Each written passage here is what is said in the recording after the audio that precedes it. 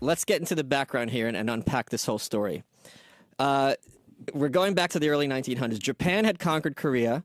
And this is when the Japanese were the people who became best friends with the Nazis. They sat down with Hitler. They said, I like what you're saying. I like how you're saying it. Let's be besties. So when they controlled Japan from like 1903 or 1905 to World War II, they completely dominated the country. They tried to make it illegal to speak Korean.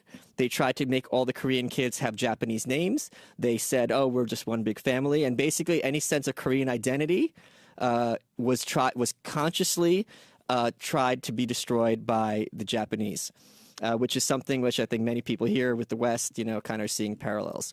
When World War II happened, obviously the Japanese lost, so the spoils became divided between the U.S. and the USSR. So America got like the Philippines and some other protectorates, and the Russians got some other things. We divided Germany in half.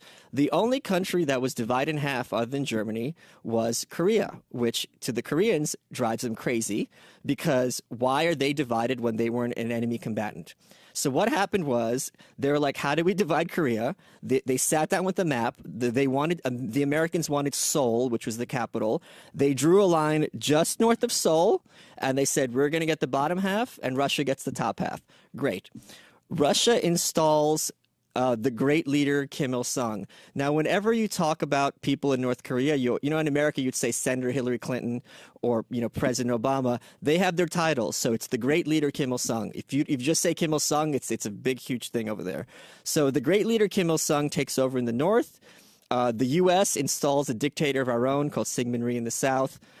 According to the North Korean propaganda, though, none of this happened. It was Kim Il-sung by himself who threw out the evil Jap devils. So the idea that the Americans were helping the Koreans, it's not discussed. So after World War II, you have two competing governments. In the North, they said, we're the government of all of Korea. In the South, they said, we're the government of all Korea. Korean War was launched from 1950 to 1953. And basically, the war was fought to a stalemate, which is kind of where the Koreas are now. And in the North, Kim Il-sung started getting more and more dictatorial. He started killing people who ever visited other countries. He made it illegal to learn other languages. People who had studied in Russia went sent to concentration camps. All sorts of crazy things. What else they did was something called the Understanding People Project. All these communists have all these nice-sounding names for things that are like the worst thing ever. So what they did in the 50s is they interviewed everyone in the country, everyone.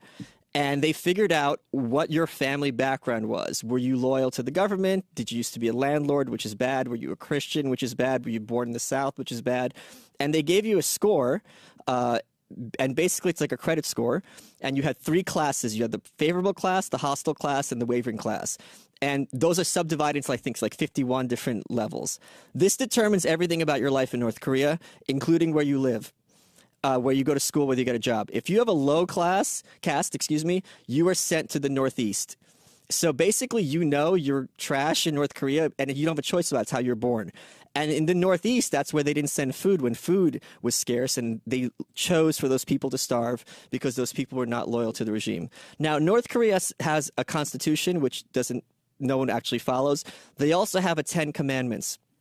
And the 10th commandment is, the revolution begun by the great leader Kim Il-sung shall be fulfilled by generation upon generation until the end, which means it is only someone from Kim Il-sung's bloodline that can take over North Korea. Okay? So he had a son, Kim Jong-il, who is in every way inferior to Kim Il-sung. Kim Jong-il to Kim Il-sung is like comparing Nancy Sinatra to Frank Sinatra. And this is how crazy North Korea was. So Kim Jong-il is going to be taking over. This is in the 70s. He got named as the successor. He falls in love with this film actress who had been married before. She had a kid. She was older than him. She was born in the South. So because of all this, he couldn't really marry her because her bad family background. So he gets married with her. He has a kid by her secretly. So this kid and his wife are living in a secret compound. No one knows about them. He's raising the kid. And it's so crazy, their life over there. Like, he asked his son, this is Kim Jong-nam, he says, what do you want for your birthday? I think he was 5 or 6. And he says, oh, I want to meet the guy on the TV, because he would watch South Korean children's television. So what did Kim Jong-il do? He sent his, spy to look around North Korea countryside. They found a farmer who looked like him, and trained him to be that South Korean children's show actor and said, hey, here he is. And it didn't fool the kid at all. It didn't fool Kim Jong-nam. Kim Il-sung, the great leader, is asking his son, Kim Jong-il, when are you going to get married and give me a kid? Well, he is married with a kid, but he can't tell him. So he's like, soon, Dad, soon, Dad, soon. Well, the great leader is this dictator. So he says, you know what? I found a wife for you. So he's like, oh, okay. So he gets married again. Right? Even though he's married with a kid, he has 2 wives now. He tells his first wife, the actress, she goes into this deep depression and they exile her to Moscow where she, dies kind of alone and whatever. He gets the second wife and him don't get along. He gets a third wife who is married in Japan. Oh my God, a Korean married in Japan. This is just the worst thing ever. And by her, he has 2 more sons.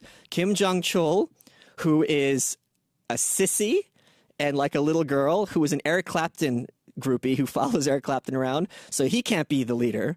And the youngest son, who is Kim Jong-un. Now, in Korea cultures, in many Asian cultures, the eldest son is the big deal. So the idea for a long time was Kim Jong-nam is going to be taking over for Kim Jong-il when Kim Jong-il dies. But in North Korea's Juche ideology, everything has to come from Korea and for Korea. So Kim Jong-nam would tell his dad, look what happened in China. They liberalized. The Beijing is exploding, whereas we were having problem feeding our people. We need to be more like Beijing. And Kim Jong-il said, no, that's for the Chinese. We're Korean. It's not going to work here. If you want openness, open a window. Kim Jong-nam also was for, let's clean up the environment. Like we have all this everything's disgusting here. And this is a country on whose emblem is a hydroelectric plant. And to be an environmentalist in North Korea the commies don't like this. They like the pollution. They like the smokestacks. And then he also didn't like nuclear weapons because he's like, nuclear weapons are going to destroy people. That's terrible. Now, this was Kim Jong-il's pride and joy because he said, look, you have the American eagle and the Chinese dragon and the Russian bear. So we're going to become a hedgehog. And by which he meant we're going to have little missiles pointing in every direction like a hedgehog's spine. And that's going to keep North Korea safe because none of these big animals attacks a hedgehog. And once they got nukes, they were blackmailing other countries to get all sorts of stuff. So Kim Jong-un agreed to stay the course. Kim Jong-nam got passed over. And there was a big incident I don't remember when it was, where Kim Jong-nam was in Japan and he got arrested. And they said, why are you here? And he said, I'm going to Disneyland. Well, he was getting money for an arms shipment. They do a lot of black market dealing. His passport was the Chinese name for fat bear in Chinese. They arrested him. So this is a big international incident. So here's the thing why this is good. If you kill Kim Jong-nam, that means there's no plan B for Kim Jong-un, except for the gay one, the middle one. So this is his insurance policy to make sure that you can't replace. It's not Mike Pence. There's no plan B. You got to stick with the bloodline, and that's only him. Now, we saw this footage, and the girl was telling the press that she thought she was part of a prank show. And that this was a prank, that she killed someone in the airport by putting a towel over his face. First of all, putting a towel over someone's face isn't a prank. A prank is, pie, bucket of water. This is a lie. And we know it's a lie because here's why. During the 80s, neither North or South Korea were part of the UN, and Seoul got awarded the 1988 Summer Olympics. And Kim Jong-il called them and said, hey, why don't we have the Olympics for both of us? We can co-host them. And Seoul goes, your facilities suck. It's not up to us to share the Olympics. And no, we hate you. So Kim Jong-il said, please. They said no. He goes, okay. So he blew up a plane. What he did is he got 2 spies.